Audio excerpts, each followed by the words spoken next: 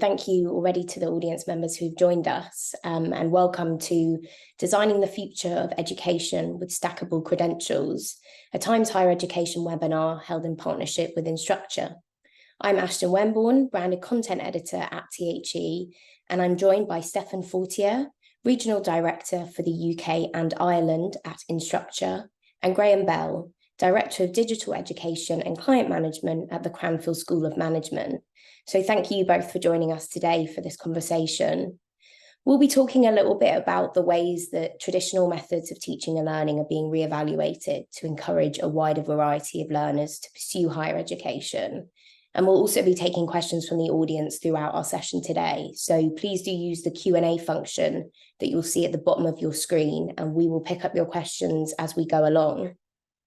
So I'm going to hand over to Stefan now, who will give us a little bit more context for our discussion, and Graham, who will also tell us more about the suite of stackable programs that Cranfield School of Management has created. Perfect. Thanks very much, Ashton, and thank you to everyone for joining today. As was mentioned, my name is Stefan Fortier. I'm the Regional Director for UK and Ireland at Instructure, and we're really pleased to be talking about the opportunities when it comes to designing the future of education, in particular, where stackable credentials come into play.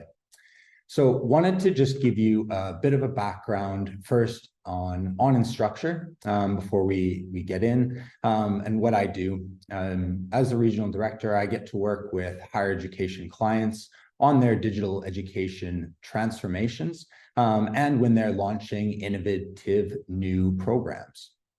And Instructure, just to give you a little bit more background, we are an education technology company headquartered in the United States, but serving over 7,000 institutions across 70 different countries. And we have tens of millions of users that access our software every single day. When we think about the Instructure learning platform, some of you may be familiar with us as the company who developed Canvas, but as education has evolved, which we're going to be diving into here right away, so have we, to now have a full learning platform that addresses these 6 components. But today we're going to be focusing specifically on, that idea of online programs and professional development, thinking specifically stackable courses, the idea of lifelong learning, and micro credentials, and why all of these are becoming increasingly important. And when we think about that, really what is driving this increased focus on flexible learning?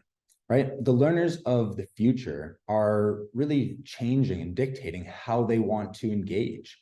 Being able to learn anywhere, anytime, the idea of having more focus on skill development, especially amongst adult learners, and that when it comes to showcasing your skills to potential employers, that is critically important, right? So you have a whole cohort of prospective learners for shorter, maybe non-degree programs. And these courses need to be able to support all sorts of different types of delivery.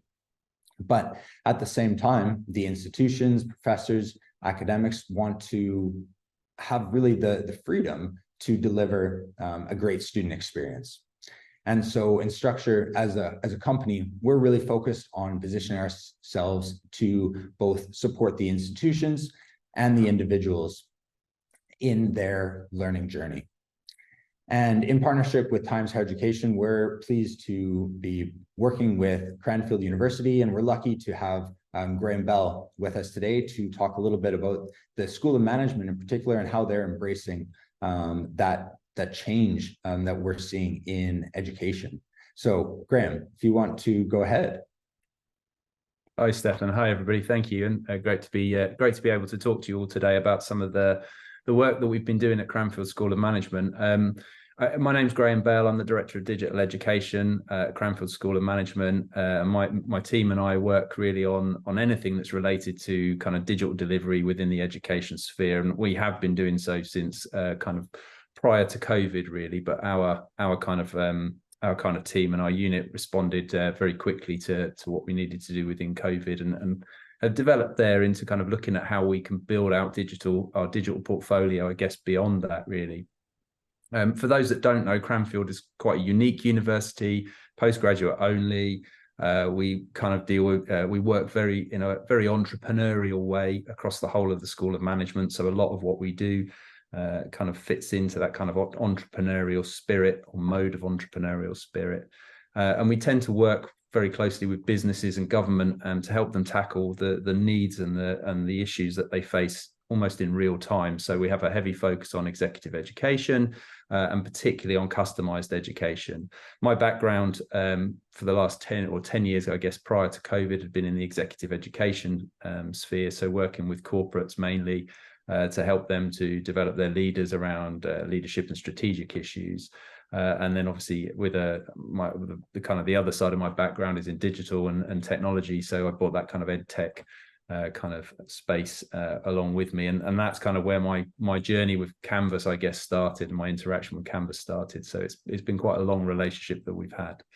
So yeah, so that's kind of a bit about me and about Cranfield. But I think if we could move on, Stefan, to the next slide, please. Absolutely. And I think that really brings up when we're thinking about, really, why did Cranfield University aim to make business education more accessible, right, through the creation of these stackable programs? Sure. Yeah, absolutely. I mean, I think what we were kind of picking up on. So I worked for a couple of years almost, really, in just a kind of a development mode, I suppose, with a number of members of our faculty and our business team. And we were starting to see some of these trends and tensions start to develop, mainly with the corporate clients we were talking to, but I guess these would also be relevant to individuals as they kind of take part in learning as well. There'd been quite an explosion in micro learning. I mean, we've probably all done some form of micro learning at some point in time. And there is a tension there between kind of the need for some quick sort of access to learning against the kind of more formal academic qualifications that I think many people still appreciate and still cherish. And also, from a business perspective, we know employers still look at those qualifications and hold them in high regard. But there is a change happening, and then more and more employers are beginning to recognise micro learning and certainly micro credentials and see them as a valid way for somebody to build their career path. And in that sense, sorry, Stefan, drop back for us. Sorry, there's a number of other issues that are really beginning to take hold here, and so there is a need for people to develop their careers. And do that at the same time while working. And of course, all of the various different pressures that we all know are happening out there at the moment in the world. It's very difficult for people to kind of justify taking the time out, particularly after they've started their career, to attend university again. And whilst there are part-time options, they're not always necessarily particularly flexible. And so, that kind of goes to this need of whether people want a different type of learning process, a different approach to things against that kind of more structured, scheduled, formal learning. So, the typical example I use here is if you want to come to Cranfield to do your MBA, you start in September and you follow our path for the 12 months or for the 2 years, depending on whether you do it full-time or part-time, and you follow that process through. It's very difficult for you to make adjustments to that that fit your need. And then, of course, perhaps something that has developed in the last few years more than anything, I would say, is this kind of tension between whether online learning is credible. I think we've kind of all seen now that it's got a much greater place in the kind of the learning process than it had previously. We've used it at Cranfield for many, many years to work with our executive education clients in a very, very well worked out way. But there is also that need for some people to be able to take part in face-to-face or group work or in the classrooms as well. So, there is a number of different tensions there that have built up. And so we were looking at ways in which we could address those. So we came up with this notion of developing a digital program that was flexible, stackable, and hopefully accessible for many. And Stefan, we can move on one now. So the idea behind our stackable programs, the global online stackable programs, are that they are online, but they are also self-paced, but have an element of live delivery as well. So all of those kind of great things that we kind of like about learning, we're trying to combine them into one. We've made them so that they're accessible and flexible. We'll probably come back to some of these things on a number of occasions, but essentially what I mean by the accessible point is there is no barrier to entry. You do not have to prove to Cranfield any prior learning or any capability other than essentially paying the relatively low fee to get started on the program. And they're flexible in the sense that actually you can do this anytime. So you don't have to start next September or whenever we determine the date to be. If you want to start on this program today, within 2 hours of signing up, you'll have your logon details and access, and you can get access into the program immediately. We do schedule the live online sessions for operational reasons, obviously, and to give people some certainty around that. But in terms of the rest of the learning, you can approach that in your own way. We'll talk a little bit more about the kind of the pathway to this in a bit, but the idea behind it is that it's a micro credentials to masters. You can build up from a very small discrete piece of learning in a particular topic and take that all the way up to an MSc. And it's delivered by Cranfield faculty and in partnership in many cases with our industry experts that we work with and industry leaders. The reason we've done some of these things is because we believe in lifelong learning. I guess like many people on the call today, we see that as something that people are increasingly going to have to engage in. I think without any shadow of a doubt, as we live longer, as our careers span longer time frames, as things move at a quicker pace, it's almost unthinkable that we'll be able to go from the age of, let's say, 18 or 21 coming out of university and not engage in some degree of learning for when we retire at 65.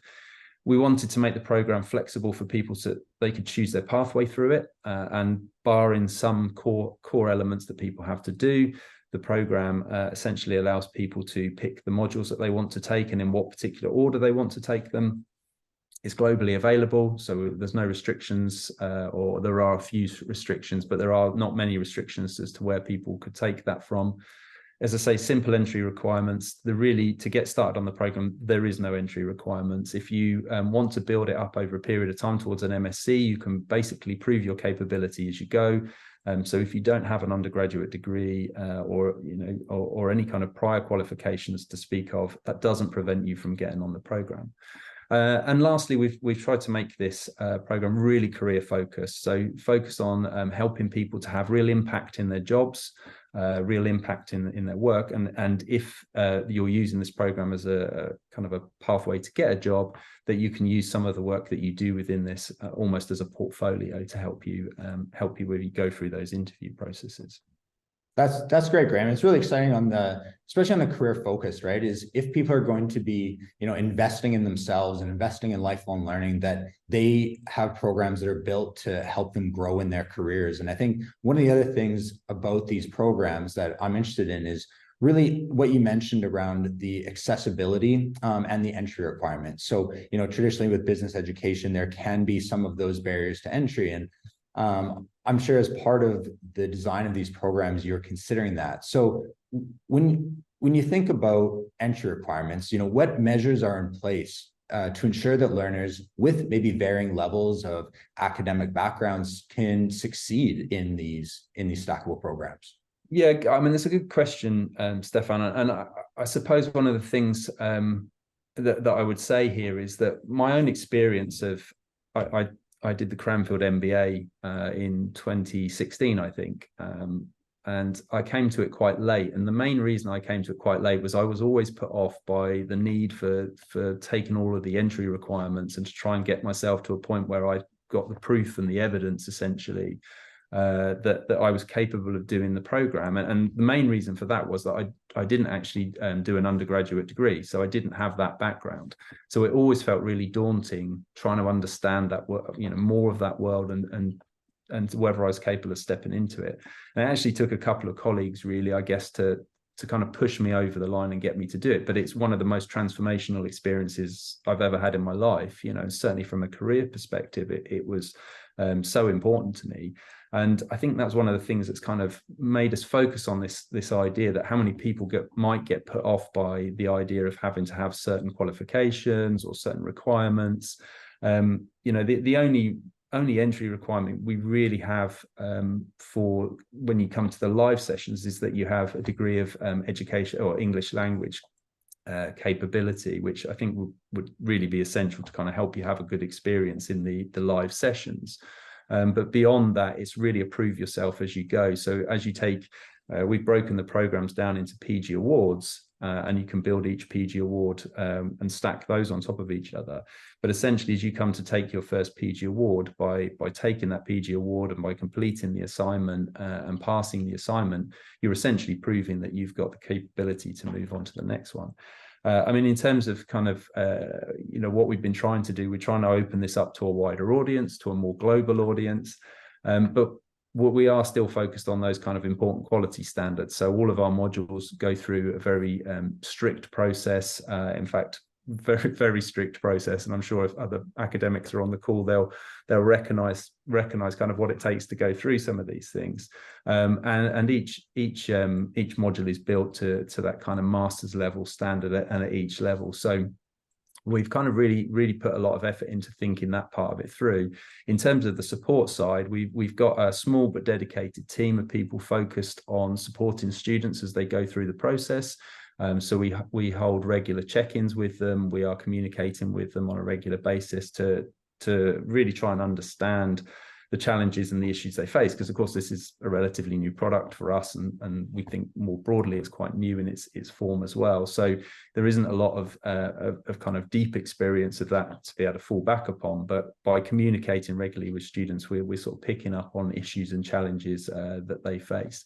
So I think, you know, we're not sort of losing any of the quality or the standards that you would expect from a top business school, but we are trying to make this something that people don't feel overwhelmed just with the entry requirements before they even start. That's great. And like you said, you know, really interesting how the idea of stacking the smaller programs can eventually lead to a master's, right? And that idea of gaining a micro credential maybe in the short term before moving on. So we're going to, you should see now there's a poll just in front of you, because this is going to lead into the next topic of that idea of these programs being micro credentials and how they can be validated with digital badges. So people are going ahead and entering in. I can see the responses coming.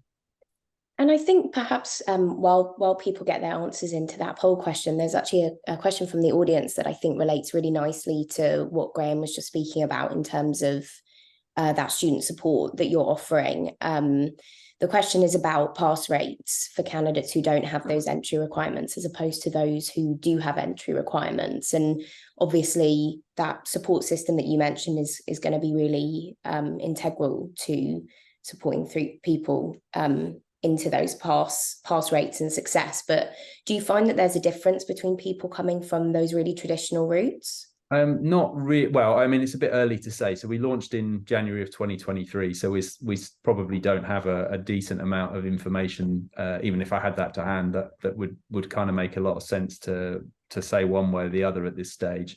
I mean, certainly what we do know is that in the conversations that we're having with people, that there are, I would say, at least a kind of a bigger balance, or more of a balance between those that have got prior experience with higher education to those that haven't. And you know, we sort of see a good range of people that are using this program as an opportunity, whether it be that they've got a career break, that they're particularly they're taking it for whatever reason at a particular point in time, whether they're starting their own business and they see this as a really great opportunity to help them to develop their business as they move along.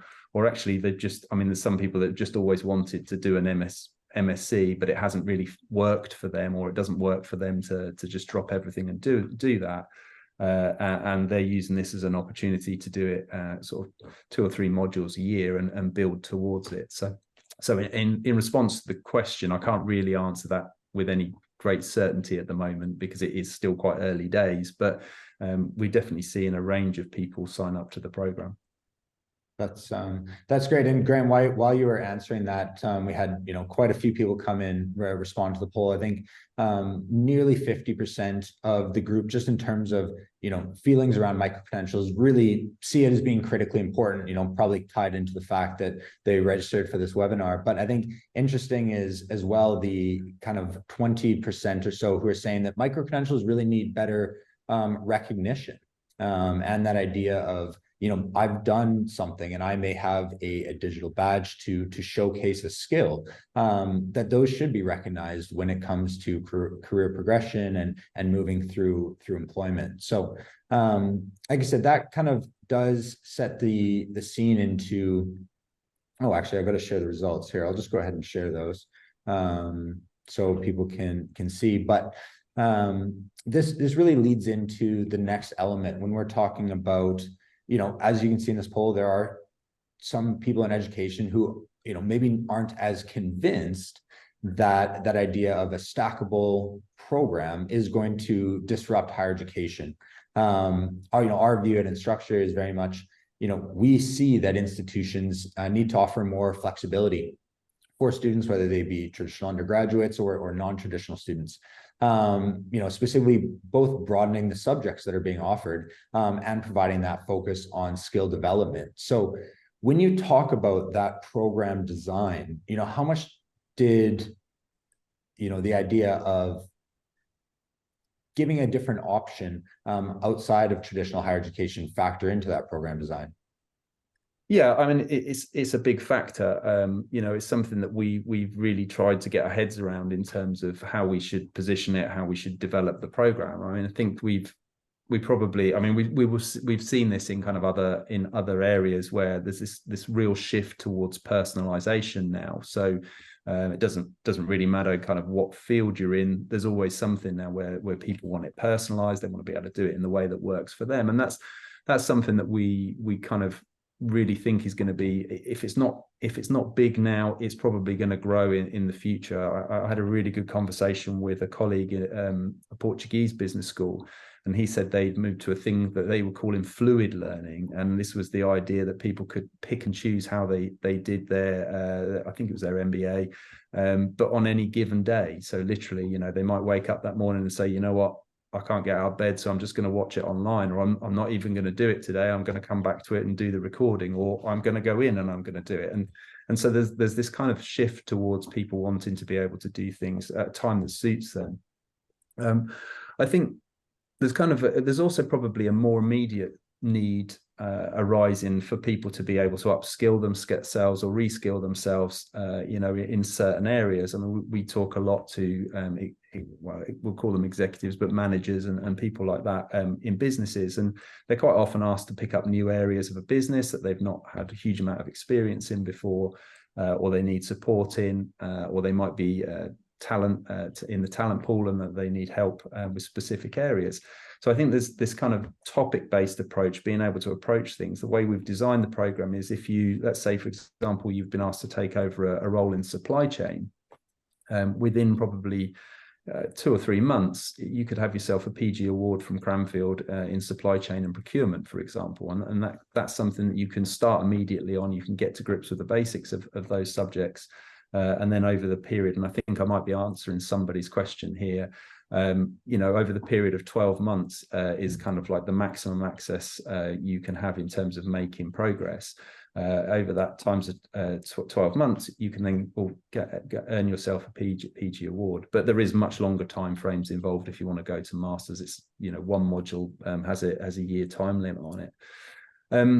We're also kind of having lots of conversations with corporates, as you'd imagine, and companies, and talking to them really about there's a bit of a development gap that's emerged between the kind of the typical standard e-learning that people might do, where they might watch a few videos just to get some kind of basic concept of an idea, through to that kind of executive development, which tends to be reserved for fewer people in the kind of either in the talent pools or the upper degrees of management. And that space in between, there's a lot of kind of I think demand for people being developed at a kind of a bigger scale, but a kind of a cheaper price, if that makes sense, or a better price for companies.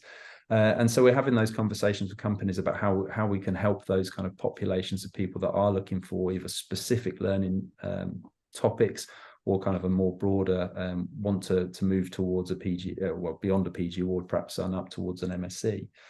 But we're also kind of, and again, I'm sure most people would recognize this, the pace of change in and around the types of content that people are interested in is also moving at one heck of a pace. You know, the typical business school modules, which whilst they're still important, you know, are being expanded on and added on all the time. So sustainability, diversity and inclusion, you know, I'm sure we'll see AI and those kind of topics become more and more important over probably the next couple of months, if, you know, certainly the next year or two.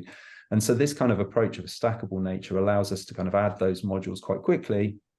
And people don't have to be wedded to one particular path. You know, they can change direction at any point in time.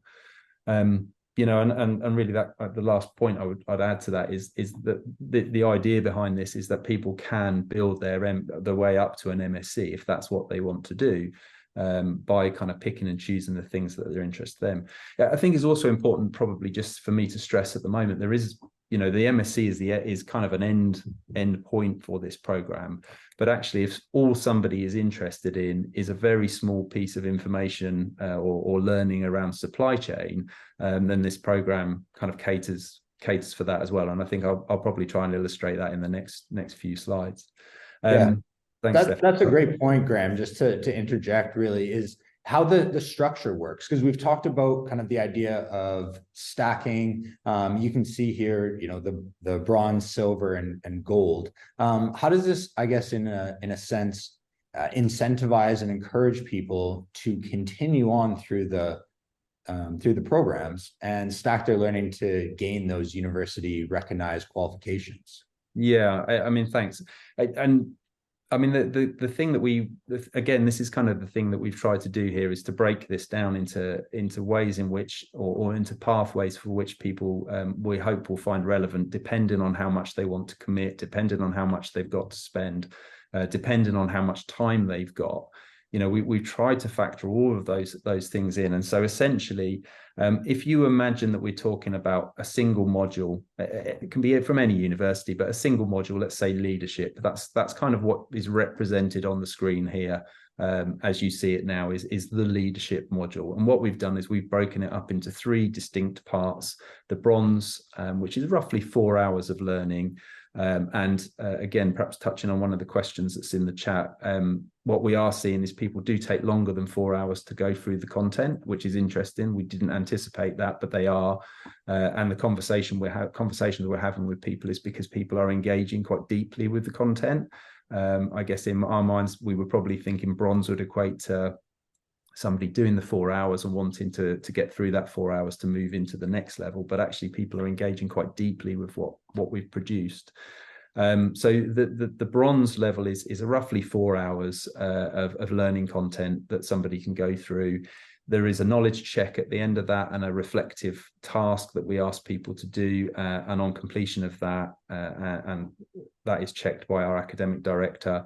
But on the completion of that task, then essentially they are awarded the Cranfield Bronze Leadership Badge. If they want to carry on, so that is £99 essentially for the bronze part of that. If they want to carry on, they can pay the next fee to move into the silver. Again, it's all asynchronous, so people can do it in their own time, 6 to 8 hours, roughly speaking. And again, at the end of that, there's a more reflective task that's kind of designed to help you think about how that would work in your own context, or what it might be important for your own business or your own situation. And then if you want to go the next stage, we have live online deliveries, which are run 3 times a year with our faculty, and they're essentially 2 half-day modules, basically, that people attend in an online, using Zoom, I think, in most cases.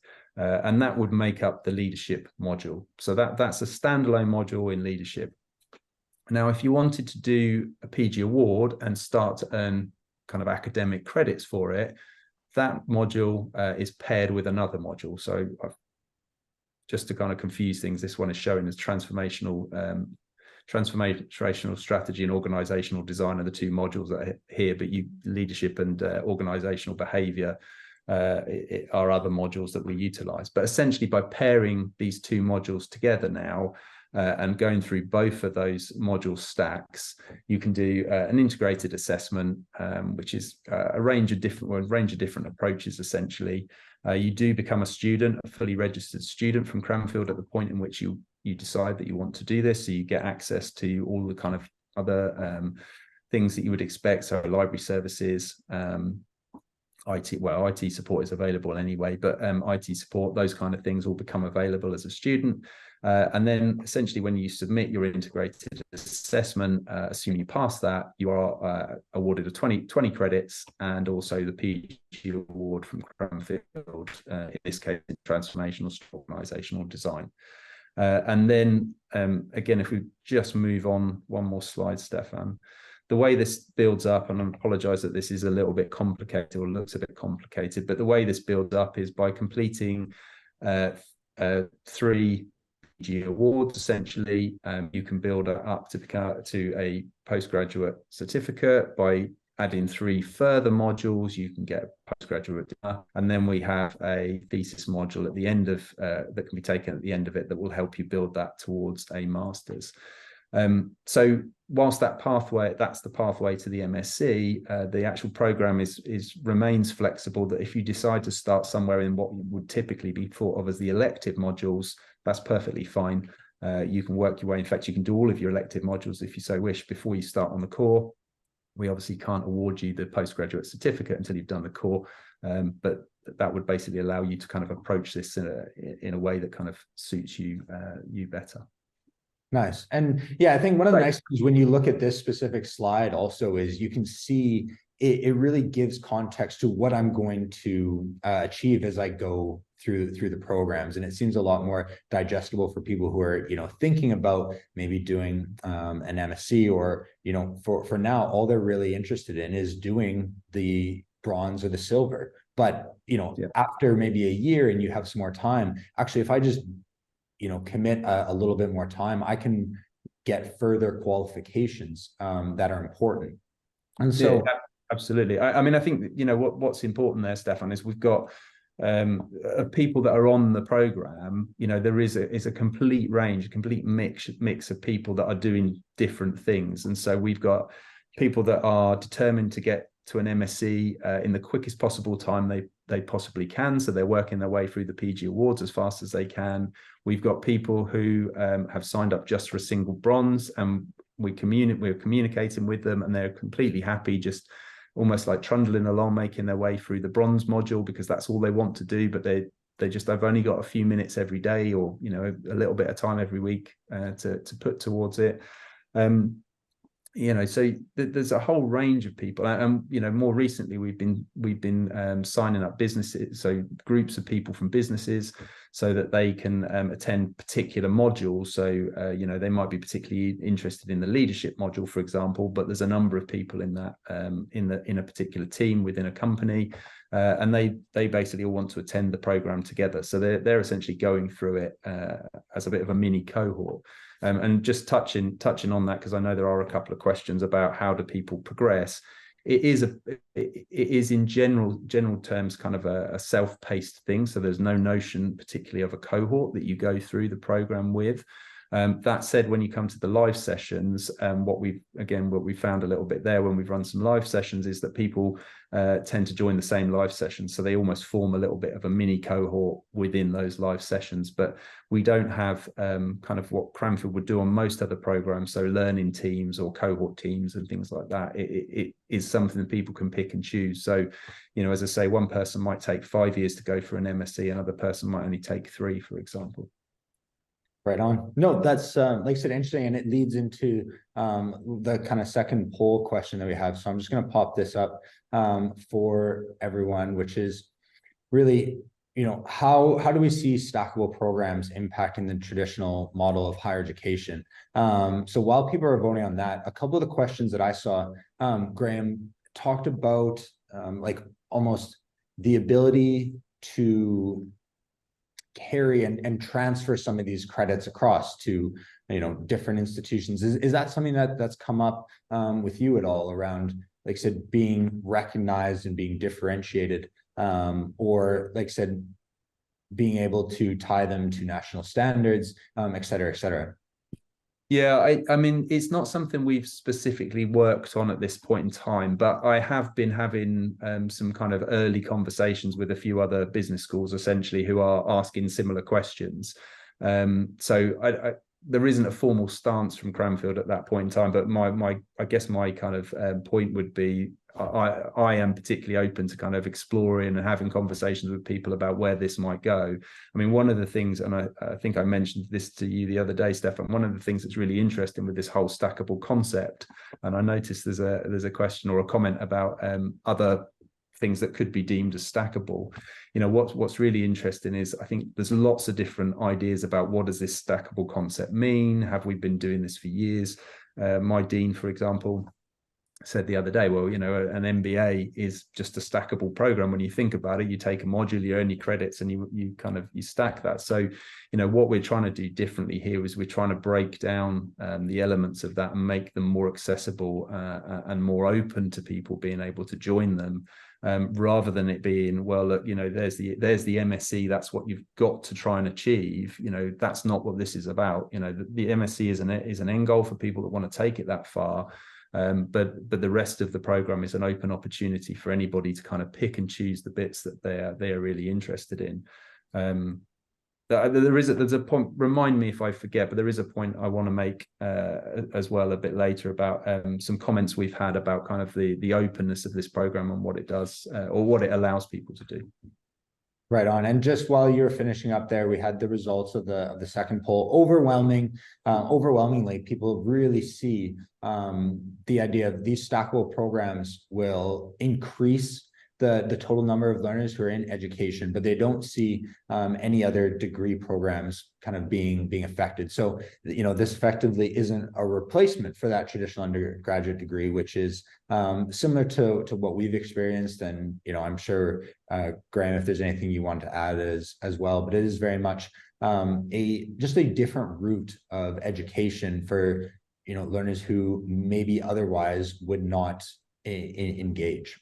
Yeah, I mean, absolutely. And I mean, 100% hope that this is the case, really. I mean, I think, what we are trying to do is open, provide more open access to education for people to get more people into kind of the education system, as it were, and to be utilizing that opportunity to learn.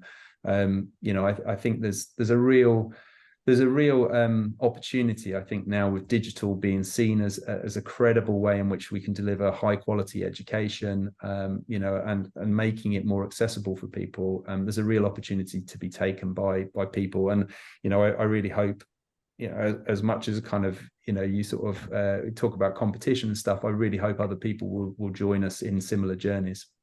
Yep, absolutely. Like I said, there is interestingly a group that felt that actually the stackable programs will reduce enrollments, and we in certain markets globally, higher education is seeing a reduction in enrollments in traditional degree programs. So yeah, like I said, while that group is still small, it's going to be interesting to see what happens in kind of the coming years. Wanted to shift focus just slightly. When you think about this idea of the stackable programs building up and working towards an MSc in this case, but prior to investing in these new programs, had you seen this successfully deployed elsewhere? Was there something that you modeled, an institution that you modeled the approach after, or was the market kind of coming to you asking for this? A bit of both, I suppose, really, in some respects. I mean, there's an interesting question that I've seen in the chat that says, what's the biggest hurdle? And I suppose one of the biggest obstacles I suppose one of the biggest obstacles we had was getting investment, because this isn't the kind of program that you can just click your fingers and spin up and there it is, and it's launched. So we had to go through quite a rigorous process to ensure that the program could be created, that it was in line with Cranfield, what Cranfield wanted to do and where Cranfield wanted to go. And so we needed quite a lot of strong senior level strategic support, which we got. Our dean has been incredibly supportive of everything that we've been trying to do and everything that we continue to try and do with this program. But also on top of that, we have an incredibly supportive faculty as well, who are quite, I think I've said this before, they're quite entrepreneurial in spirit. They like the idea of new things happening and trying to do things in a different way. So that's kind of allowed us, I suppose, to come at it from that point of view. I think one of the other things that we kind of have picked up on through lots of conversations with our corporate clients is the need for something different in the space. Again, I mentioned it before in some of the conversations that we've had. There's this executive education kind of people come on a program and they go away with a certificate of completion. Is that enough for everybody? Possibly not. So sometimes we've been asked, well, what kind of accreditation can you offer for this program? And in a lot of cases, particularly with customized programs, it's very, very difficult to do that. But now we're able to align these flexible modules alongside other programs. So, again, as I said before, it's not always about achieving the MSc. It could be just about learning about leadership. So, these programs can be taken and used as a kind of a way for people to kind of develop their leadership practice over a longer period of time, alongside some other program that they might happen to be doing as well. As I say, we had to invest in it, so there's always a risk involved in that. So we kind of had to take some bets that this was going to pay off for us. It's taken us probably somewhere in the region of 12 to 18 months to develop enough content and enough modules to get started, and that's not an easy task. I've got a fantastic team of people, learning designers, content designers, who work very, very closely with our academics and our core people to make it happen. We also had to know that we had the systems in place. So, thank you, Canvas, because that made the life a lot easier for us to get things up and running. But we also had to implement new systems, so kind of new student management systems, new payment mechanisms, things that didn't really exist on the university before. So all of those things needed to come together. So yes, there was a lot of risk involved in doing that. There was a lot of risk in terms of being able to launch at the time we wanted to launch, because digital technology projects are not always known for being on time. But we managed to hit kind of the January launch that we wanted to. So we launched in January 2023. But kind of coming back to your question about had we seen it somewhere, we'd actually been doing this for a number of years in a kind of a more controlled, smaller way with our entrepreneurial programs. So our Bethany Centre with Professor Stephanie Hustles, we've worked for a number of years creating digital programs for startup companies, essentially for small businesses, where they can take this type of program, very, very similar to what we're talking about today. They go through it in their own period of time. They get support from faculty and from business mentors. And the feedback that we've had from that program has been fantastic. And we've had a good number of people kind of over the last 3 or 4 years kind of rolling through that program. So, yes, there was risk involved, but at the same time, I think we were kind of coming from a place where we knew the market was changing. We knew the kind of attitude towards digital was changing. We're kind of seeing that reduction in people's available time to take out of a business, out of a company for longer form learning programs in some respects. So, it made it kind of pretty straightforward to make the decisions, I think. No, that sounds great. Thanks for sharing. And you mentioned just there at the end around kind of like people's attitudes to digital are changing, but ultimately when you're signing up to one of these modules or one of the bigger programs, right, learners need to receive that high quality experience that they expect. And so you mentioned some of the digital infrastructure change, and obviously we're happy to be supporting this from an Instructure perspective. But how did you ensure that learners receive that experience in a fully online format? Yeah, I mean, essentially essentially there's quite a lot we've done to try and support that. So I'm starting just thinking about the content, for example. You know, we've taken a lot of time to work with faculty to really understand their content. So my learning designers, and there might be one or two of them on the call, so if they are, thank you team, you've done a great job.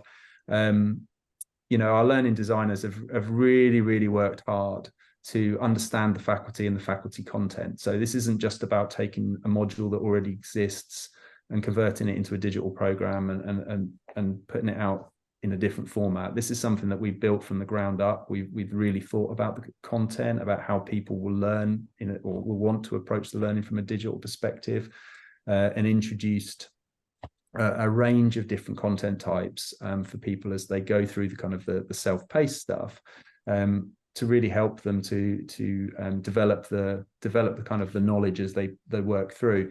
One of my learning designers talks about having built this around stories, and the idea of it being more like a book. You know, you're doing a book chapter and you get to the end of chapter 1 and you want to go to chapter 2. And what was really nice to hear in feedback that we received from a few people recently was they said it felt like they were reading a book in the way that it had been developed, and that was completely independent of anything we'd said to them. But that was the approach we were trying to take to it, to kind of give it that feel that people could work their way through and want to carry on working their way through as well. So we've really worked hard on the content. We've tried to balance the self-paced versus the kind of the live online, if that's the route you take with it. The live online sessions, we've adapted and adopted a lot of the stuff that we learned through COVID and how to deliver well online, and particularly in an interactive style, because again, that's Cranfield's way of doing things, is to be particularly interactive with people. And so, you know, again, the feedback from our live sessions has been really positive, and we're going to hope, well, we will take kind of the feedback that we get from that and build that into the future sessions as well that we run. So, you know, we tried to do that. On top of that, we have got a group of or a team, small team, but a team of people that are responsible for checking in on progress, for checking in with people as they make their way through, to answer questions, you know, in a timely manner. So, you know, all of that kind of helps to kind of build that experience and to give people the sense that they're being helped along the journey and looked after. On top of that, our academic director is heavily engaged with the program. He basically is putting messages out via a service called Pronto, which is embedded within Canvas, and you know, is ready to have conversations with students as and when he needs to via that. But alongside that, they hold meet and greet sessions and update sessions. So again, you know, lots of touch points for people. One of the things that we've also added onto this program, which is kind of part of our expertise at Cranfield, particularly in the exec ed space, is our impact workshops. So we've got a number of our team in the exec education space that are focused in on kind of designing programs with impact and also delivering that impact over a longer period of time. And each of our learners that kind of go through to the gold sessions, once they've completed the gold sessions, are invited to impact workshops, so that essentially they can take their learning, they can talk to faculty members and experts about how they can get greater impact from it as well. So all of those kind of touch points, we hope will be you know, things that we can utilize to help people have a great learning experience. No, excellent. And like I said, that great learning experience is so critical. So we're going to just launch kind of the last poll of the session, and then we'll be heading into Q&A, just to maybe do a bit of a reflection. Anyone in any of the attendees who want to comment on really how they feel their current digital teaching and learning offering gives that experience. But while people are contributing there, I think kind of the last set question, maybe just your brief thoughts on is, you know, with a small team, being able to ensure that these programs are scalable. You know, was there any key elements that you built in to be able to do that, or to, as you said, things are changing quickly, being able to add new programs? Yeah, I mean, I think some of the critical factors have been strong leadership. You know, we've really appreciated the fact that we've had strong leadership and had that ability to kind of ask questions to the right people and get responses in a timely manner. That's been something that's really helped us. I mean, we've got a really great set of engaged faculty members. So, they are, a really strong part of this program, and have been really engaged from day one in terms of helping us get there, get to launch, and also beyond. So that's been really helpful. But we've also, the things that we've done to try and really help make this scalable is to think about the structure of the modules, to come up with a fairly standard way of operating with faculty, so faculty are not confused by what they're being asked to do and expected to do. And that makes it easier and quicker for our learning designers and faculty to get their heads around, really. But I think the other thing that we've done, or we're doing, is using some of the tools within Canvas, as best as we possibly can do to really support that. So things like the quizzes, to kind of do quick knowledge checks for people, to give them the sense that they're making progress, and to help them to understand where they might need to go back and look at things in a bit more detail. SpeedGrader is an invaluable tool for being able to help people quickly make progression between the various different levels.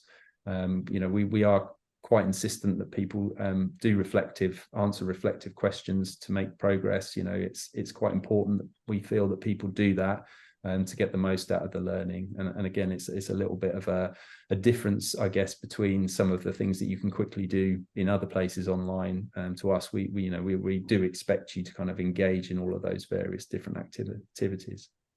Yeah, absolutely. And just we've got the results that came through from the poll, and pretty split here between people who feel that their institutions and the online delivery are very much at a high level, but equally people who are kind of sat on the fence saying, we haven't made any changes recently. And I think especially in the last 3 years, people coming out of the pandemic, there is that drive for an enhanced student experience, right? And how important it is, especially when there are an increasing number of universities, or even specifically business schools, that are offering programs. So that online experience needs to be really important. So thanks for kind of talking through some of the approaches that Cranfield took there.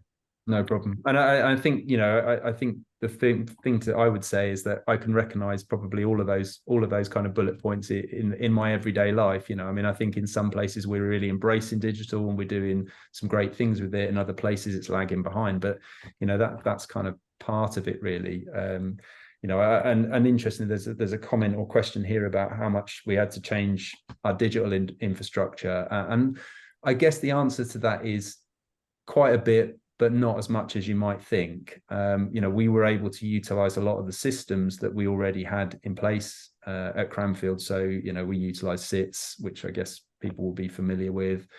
We utilize Canvas, but we also have our own systems around HubSpot and around e-payments and our kind of student onboarding system, I guess.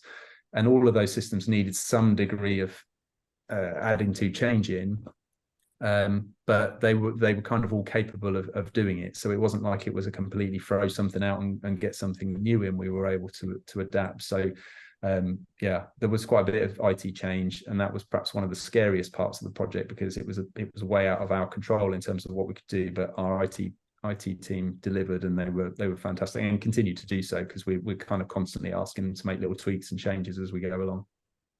Right on. No, that's great. Well, we've got some open Q&A now. So there's a couple of questions that came through. I think one of the ones that I was interested in is based on the experience, and this came in from Connie Mitchell, being able to offer more opportunities for interdisciplinary programs. Obviously, we're focused today mainly around the School of Management, but how do you see this widening out into universities who may have many faculties that want to do this type of education? Yeah, great question. And, something we're already discussing at Cranfield, really, to be perfectly honest with you. Again, if you know much about Cranfield, we're involved in things like energy, water, aerospace, manufacturing, and all of those areas are areas where we've had or are having conversations with people who would like to kind of build up their own kind of stackable modules. And yes, I think the idea of interdisciplinary, is something that we should definitely be looking at. We kind of the way we're looking at it at the moment perhaps is to think about it in terms of pathways. So there might be some core elements that people need to do, but then there might be a pathway in resilience or a pathway in sustainability or in entrepreneurship. That kind of thing is perhaps a bit more kind of easy to kind of to position within a business school, for example. But certainly in terms of those wider scale things, we're definitely having conversations about working with some of our kind of colleagues on a broader, and I mean, I noticed as well, there's a number of questions about kind of sort of spreading or being able to accredit across various different institutions. And again, I hope in time that is something that kind of is what comes out of this space, really, is an ability for us to work together as a wider community to develop and ultimately increase the number of people that are able to go through higher education. Right on. No, that's great. There's one of the other questions that I actually can answer, and it came in from Salih Assad Saleh. It was around how are these micro credentials recognized in the private sector? What is the impact? And from an Instructure perspective, we've done some investigation into this, and there was actually a study by the Society of Human Resource Management that was published last year, and kind of a couple of key points that I've picked up that came out of there is, of the people who responded, it was 72% felt that having a micro credential is an affordable way to gain the skills in order to help them find a job. And I think the key part there is that not only is it an affordable way from a monetary, but also from a time perspective, right? Obviously, the length of a micro credential can vary from depending on where you're getting it from. But ultimately, being able to showcase the skills is really important. Now, the flip side of that is employers mentioned that they need to be more on board when it comes to the automated pre-screening, because only 32%, I want to say, had said that their automated system that does screening for applicants recognized, say, alternative credentials. So like I said, from a learner and a worker's perspective, they see it as a great way to gain skills. And there just needs to be, I think, an increased recognition, maybe for someone who's not in an industry of going from there. So I thought that was a great question as well. Absolutely.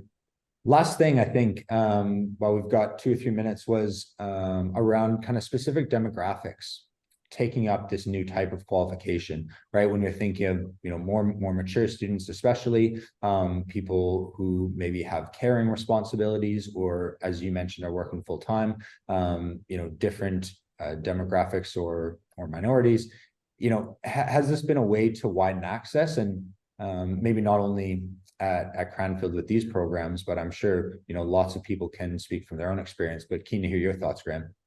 Yeah, I mean, again, just to caveat this, we're still relatively early in the kind of experience, so kind of I don't have any data that I could kind of share with people to say specifically this is kind of what the demographics look like. But anecdotally, in the conversations we have with people, I would say that what we are mainly seeing, or most seeing anyway, at least, is people who are busy people, who've got jobs, who are wanting to study, but want to study in their own time at their own pace, and taking the time. There are people that are studying who are on maternity breaks, for example.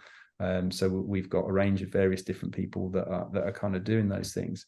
I think and I nearly forgot to kind of mention the point I was going to raise, but one of the conversations I had with a head of L&D about this whole kind of concept really was that they phrased it a very specific way. They said that what they liked about this approach was it doesn't penalize people for having to step out essentially of their learning at any point in time.